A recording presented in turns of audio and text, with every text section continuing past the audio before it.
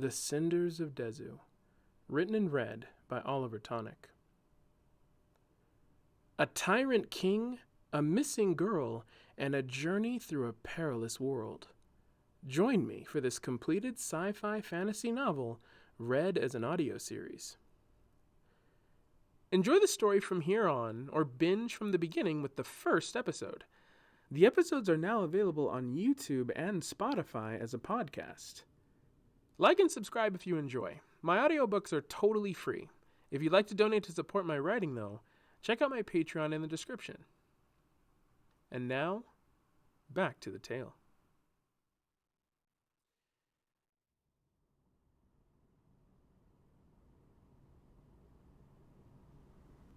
Chapter 22. The Fuja.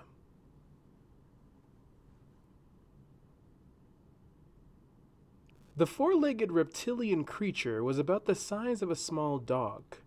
He climbed up a rough stone with his claws extended into the crevices, and then stopped. He looked around. He had heard a sound.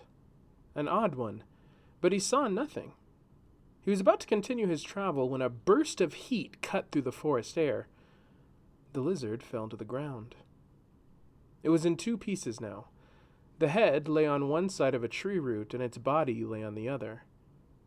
Talia appeared in a moment to lift its body out of the brush.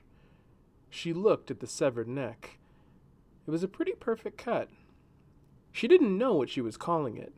The move had transformed over time. She could now concentrate the heat in such a way that it was like a blade through the air. A fire slice? A fire razor? A flame arrow? No, because it wasn't an arrow. It took a lot of practice and concentration to get the fire and heat condensed like that, and it was another challenge entirely to keep it intact as it shot through the air.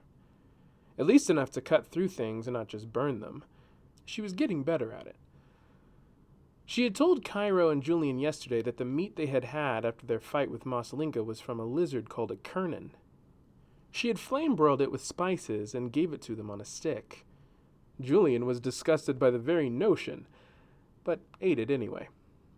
She could tell he liked it, but was pretending not to. Cairo, on the other hand, had sung her praises. He was open-minded. She liked that. And the way he looked at her after tasting her cooking had produced in her a flutter that she hadn't expected. She figured it'd be a good breakfast, and a hot meal contrasted from the dry foods in their packs and in the safe house stores that Harper provided. She didn't want to put Lena and Corliss out, even though she knew Lena would have happily fed them. She had gotten up early to have the three of them be on their way with something warm in their bellies shortly after the two woke up.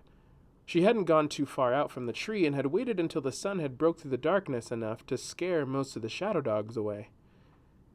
She collected her spoils by the tail and went around the boulder and beyond a few trees where she had left her hunting supplies. She strapped the fresh kernan up to bleed out, placing it high enough that the average opportunistic predator couldn't get to it. Afterwards, she set off back into the trees.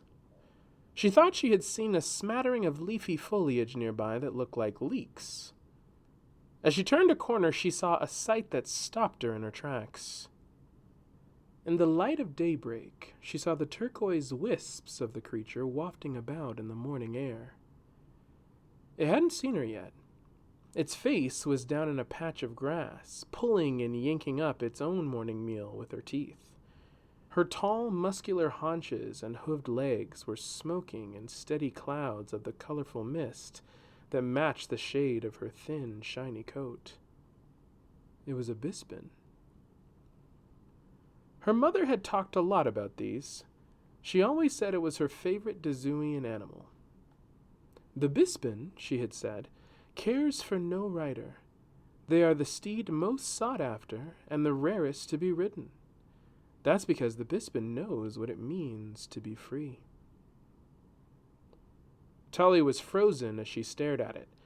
Its mane of turquoise smoke was still puffing peacefully from the back of its neck. It hadn't noticed her yet, which was a good thing for two reasons. First, she knew bispin were omnivorous, and were not above eating a person or anything else it could manage. It certainly had the teeth to manage it. But secondly, a bispan on its own was hard to find, but a bispan with a saddle on its back? That could only mean one thing, and it was not good for any of them. She slipped silently behind the tree she had just walked out from. She leaned her back against the trunk and breathed as silently as she could. The bispan lifted her head. She looked around with her slightly iridescent white eyes. The trot of its investigation made it to Talia's ears.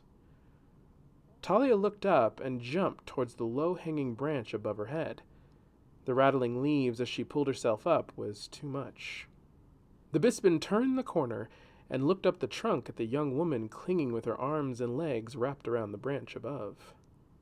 The creature bared its glowing white teeth in a snarl that Talia found disturbing in its strange silence.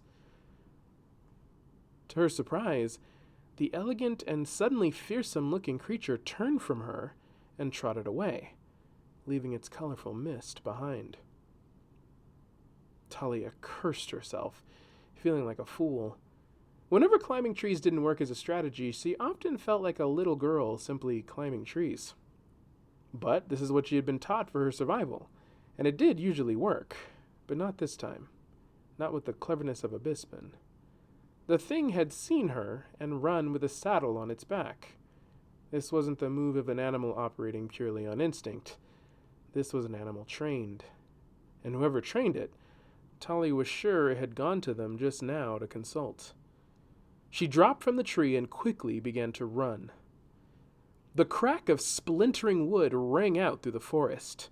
Talia burst through the trees just in time to see the tree the three of them had slept in overnight slowly begin to tilt and fall. Then it stopped. She saw the hammocks of Cairo and Julian rock to the side as they moved to match gravity in the sideways tree. A massive furry hand was wrapped around the tree trunk.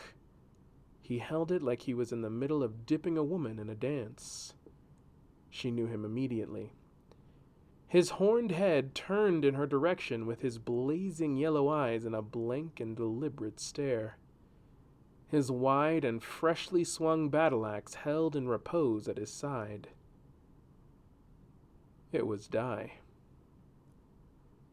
The king neglected to include you in the details, Huntress, he said in his smooth and bass-filled voice. I regret that. The weight in Julian's hammock was revealed to be gone in an instant as she saw a flash of a figure fly up above the trees. Dai's big yellow eyes glanced upwards at the movement just as Cairo tumbled out of his hammock. He clumsily fell onto a sheet of ice he formed haphazardly to break his fall with a slide. When the slick ice sheet stopped in the dirt in an incline, Cairo's feet stumbled, and he tripped over himself onto the ground. He was a pitiful sight, laying in the dirt near Dai's feet. Dai looked down at him a moment. Cairo pushed himself up, clearly with the wind knocked out of him, and struggled to stand. He looked back quickly at the sight of the general and then hobbled over in Talia's direction. Dai released the tree. Wood cracked as the severed pieces of the trunk scraped against each other, and the branches broke apart as they hit the ground. Cairo made it to Talia just as the tree settled in its fall. Dai's eyes were on them both. "What is this now?" Cairo said to Talia. Talia kept her eyes locked to the glowing yellow bulbs in Dai's face. "I need you to run into the trees again. Got it, yeah," Cairo said, turning from her. He ran forward, forming a sheet ahead of him as he went, and stepped onto it. Fire lit up the ground in front of him, and he quickly stepped back as the flames lapped up the sheet he had started. The flames went out. He turned around to look at Talia. "Stop," she said quietly. Cairo looked at her confused for a moment. He looked back at the 30-foot fur-covered warrior. His face looked resigned. Not like he was happy at what she had done, but it was clear the two had an understanding. Cairo didn't know how to feel about it. Talia turned to see a 10-foot Fuja emerging from the trees west of where the tree they had slept in formerly stood. It was exactly the direction she had hoped he wouldn't have come from. The hilts of his blades peeked over his shoulder. He smiled at her. Night Huntress, protector of the Nam, he said. But lesser known as the protector of hidden Vincarsi. He leaned his head back in the direction he'd come from. We found some friends of yours. Talia's expression was like poison. Kosh, I swear on my mother's life, you will... Hey. He put his arms up in defense. Far be it from me to challenge the mighty Night Warrior. He reached behind him and whipped the blades from his back. They were curved and wide, clearly made for brutal hacking. Unless she asked, he said with a sinister smile. Dai turned to him and boomed like his voice was in a cavern. Brother, I won't tolerate this again. You will put your weapons down. The girl has surrendered. Talia lit her arms on fire. Not if you or your men have done anything to Corliss and Lena. Kosh's eyebrows went up. So that's their names. Thank you. That's 2 more bounties to add. Talia's nostrils flared. All bets will be off. Then a new wager, Kosh roared. That your blood will be shed before mine. Fire doesn't shed blood, little prince. It burns it. I am a warrior, the next general. You will be the next nothing if you don't put your weapons down, Dai roared. Kosh looked to him with jagged, gritted teeth. He placed the blades back on his back. He spoke Fujanai. Brother, you are blind. Why would we submit to the wishes of a Vincarsi? We have 4 bounties here, 5 if we take her. The Huntress stays, Dai said. And if you live long enough not to be the fool you are now, someday you'll know that today I saved you from fiery death. Kosh snarled and folded his arms, like a 10-foot warrior child. Dai turned to Talia with a solemn expression, briefly before looking to the sky. With his height, his gaze could reach above the treetops at an angle. He gave a loud, deep, guttural sound. Cairo covered his ears. He had remembered seeing a video once of a koala bear's surprisingly deep and fearsome bellow. This reminded him of that, though it sounded a tad more melodious. A new, higher-pitched bellow, something more akin to a bird, heralded the new arrival before it was seen. Bursting from the trees above in a glorious plume of smoke came a bispin and its fur-covered warrior rider. A Fuja soldier holding the bispin's reins tight in one hand and a large bola in the other came down in a gliding gallop with the creature until it landed lightly in front of them. Cairo was dumbfounded. He'd never seen such a creature. The Fuja were new, of course, but the dazzling beauty and ferocity of the bispin was what left him speechless. It had sharp teeth that it bared, but its body was mostly like that of a horse, and its misty glow, even now in the morning sun, was something of dreams, or nightmares, depending on which side the bispin was taking. He supposed now it was the latter. Show me your commitment, Huntress, said Dai. Your other friends aren't on our list, but your willingness to help us gather the one who is will go a long way. We will not hunt the boy and his mother again for some time once we let them go. Talia shook her head in frustrated resign. She ran toward the rider and leapt onto the saddle behind the Fuja. With a flick of the reins, the bispin bellowed again and ran forward. As it did, Cairo saw its legs go into a floating gallop as it lifted up into the air. The smoke almost looking like a strange form of propulsion. In a moment, it was gone with its rider, and Talia holding tight. Julian was in the air doing his best to hover around the area where he'd come from. He'd seen the 3 fall below him as he escaped into the sky. He kept debating if it was a good idea to go back or if he should save himself for now and regroup. The image of the fearsome face that had woken him out of sleep was still seared in his mind. He could still see it like an afterimage when he closed his eyes tight. What was that? Those sharp teeth were the stuff of nightmares. And the head was so big. Had it eaten Cairo? Was he a bad friend? It had all happened so fast. Out of the corner of his eye, he saw something. Something approaching in the sky toward him. He turned to see an image that was complicated to parcel out at the speed it was coming at him. He started to fall backwards, still facing it. Was it a blue horse? With something on its back? Smoke streaming through the air? And hair flying in the wind. There was a girl behind something else. Something very large and furry riding the glowing horse. It was Talia. She was waving.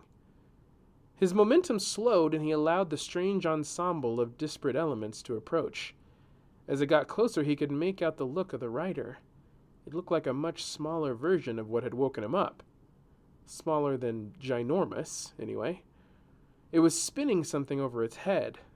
A rope?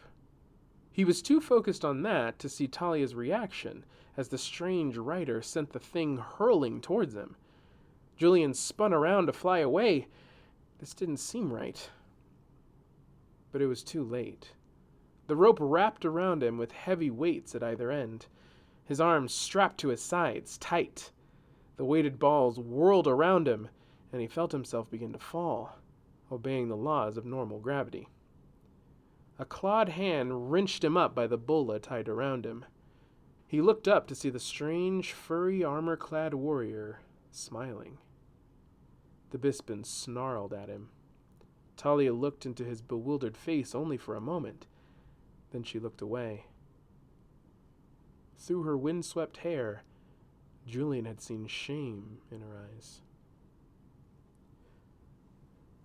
The Bispin trotted gracefully to the ground in front of Cairo. Though it hadn't been long, he had been terrified, having been left alone with the two large Fuja just staring at him the whole time. The smaller, more talkative one hadn't even said anything. He just glared and slowly turned his head from side to side, like he was inspecting him. Julian was dropped to the floor in ropes on the other side of the Bispin, so Cairo only saw him once he'd hit the ground. "Jules!" he said. Talia slid off the back of the Bispin without a word. Julian scowled at her with his cheek in the dirt. Then he shot a glance at Cairo as he struggled with his bonds. Cairo stepped forward to help him when he felt something grip his arm from behind.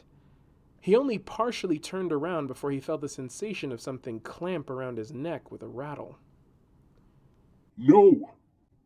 spoke the voice of the general.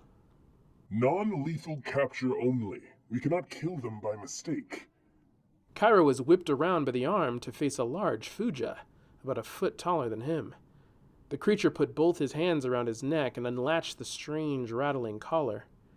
Cairo got to see it as it was lifted from him and saw the strange, dagger-like teeth it had. It was put away, and in a brief moment the Fuja produced a second round collar, this one a bit smaller than the one that went around his neck. It looked like a tambourine without a drumhead, but instead of brass jingles, it had sharpened stones fixed to the inside. The Fuja parted it and knelt down. The cuff snapped to his ankle with another rattle. Cairo looked down at it. It hurt, or was at least very uncomfortable. The points were sharp and all pressed into his tendons just above his ankle in a tight circle, but they weren't quite sharp enough to break through his skin. He looked up just in time to see more Fuja coming seemingly from nowhere, snapping both Talia and Julian with braces in the same place. Julian was being lifted from the ground as they did. After it was done, they unraveled him from the bola, and he just stood there, looking at it, and then looking around. Dai spoke again. "You, Vincarsi, are prisoners of the Daybreak Army. Your bounty has been set by King Orion of Dezu. You will be escorted to the king for final judgment." A Fuja approached with black chained cuffs and strapped them to Cairo. They did the same to the other two as Cairo spoke up. "What are the crimes? What did we do?" Kosh laughed. Dai looked to Cairo. You have been charged with the willful endangerment of the people of Dezu. For this crime, you shall be brought in. The Nom people, specifically, said Kosh. Dai looked over at him with irritation. But how? Why? When did we do that? Said Cairo. Kosh smirked and raised an eyebrow. He's an idiot, he said to Dai, and then to Cairo. You're an idiot. Your crime is that you simply exist. Cairo felt himself being lifted up and thrown backwards. His back hit flat metal bars with a thud as he landed on wooden slats making up the floor of a cage. Before he knew what was happening, the barred door was being latched in front of him. 2 more thuds, and Cairo looked to his left and right to see 2 other cages. In one slumped Talia, and in the other Julian grunted on impact and grabbed hold of his spike-cuffed ankle. Oh, jeez! Kosh approached the metal bars, and Cairo finally got a real sense of his size. He loomed over the cage before he knelt down with his hand on the cage door. I usually don't like to tell Vincarsi this last bit, just in case they want to fight back first and find out for themselves, he said. But those are Kleinstone cuffs. Do you know what Kleinstone is? To his sides, the Fuja were latching and locking the other 2 cages. Cairo just looked up at Kosh's mouth moving with his sharp, glistening teeth. He'd only ever seen a creature like this talk in movies. Up close, this was all becoming much more surreal. Of course you don't, Kosh said. Here's all you really need to know. Do you like your right foot? Cairo swallowed and nodded. Well, the Kleinstones like it too, because it's pulsing with all that Vincarsi blood you have pumping through you. If you try to activate your Vincarsi powers, the Kleinstones get real excited about that. They might like your foot a little too much. Maybe even enough to take it off you. You understand? Cairo slowly nodded again. Kosh smiled a sharp, toothy smile. Good. A large garrison of Fuja gradually came out from their search in the trees, as all the soldiers realized the bounties had been caught. They were large and fearsome-looking warriors, and as their numbers increased, the more hopeless the situation seemed. They gradually organized themselves and moved out with them in the cages. It was a litter held up by Fuja, with carrying poles at 4 corners of the back and front.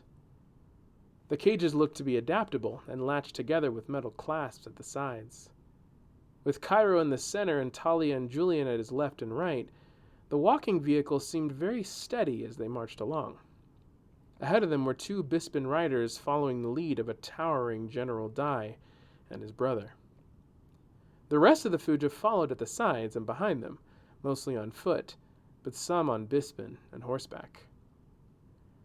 It was a long first hour of the 3 of them in silence. Talia wouldn't even look at Cairo or Julian, but instead sat looking to her left out of the cage bars. Her right leg was bent at the knee to keep the pressure off of the spiked Kleinstones. Cairo kept looking at her to see if he could get her attention, but he couldn't. Julian was looking straight ahead, glaring with his arms folded. Cairo didn't want to get his attention, even though he knew he could. He already knew what he was thinking.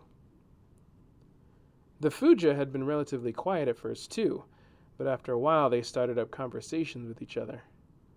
Cairo had been worried about muttering to his friends and drawing attention, but now that there was a low hum of socializing, Cairo felt comfortable whispering to the young woman next to him. "Talia," he said under his breath. "Talia, what do we do?" She still wouldn't look back at him. He saw her black hair gently lift in the wind.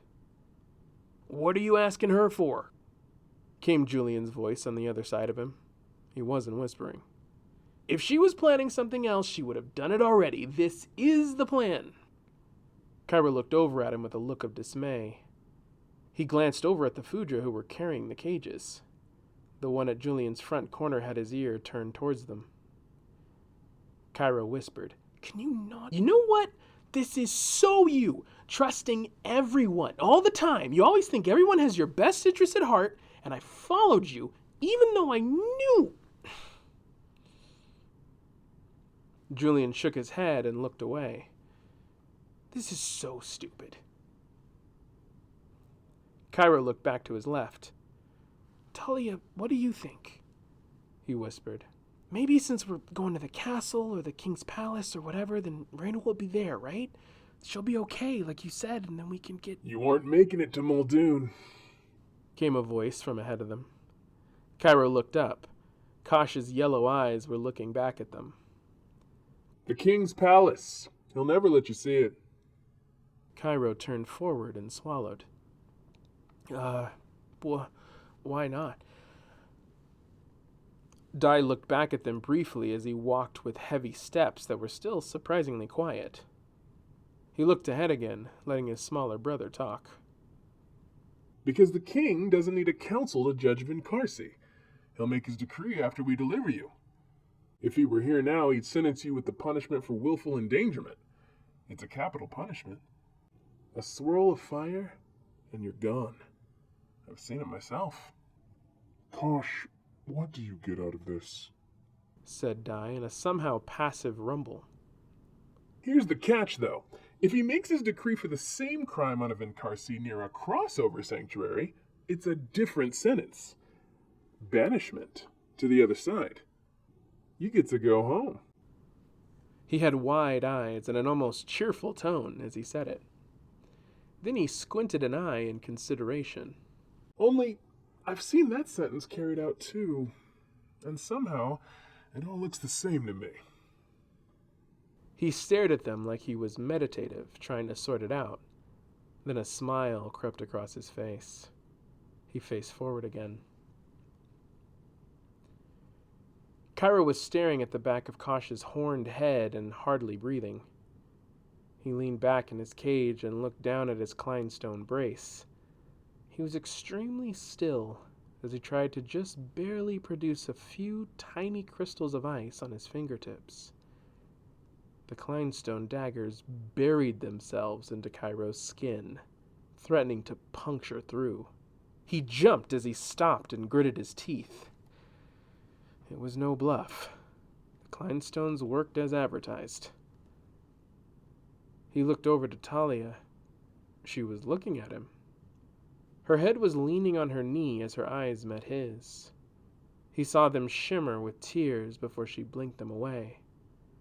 Then she turned her head back to the other side, and Cairo saw her hair fall all the way down to her own cuff. Below it, small droplets of blood were just starting to soak her shoe.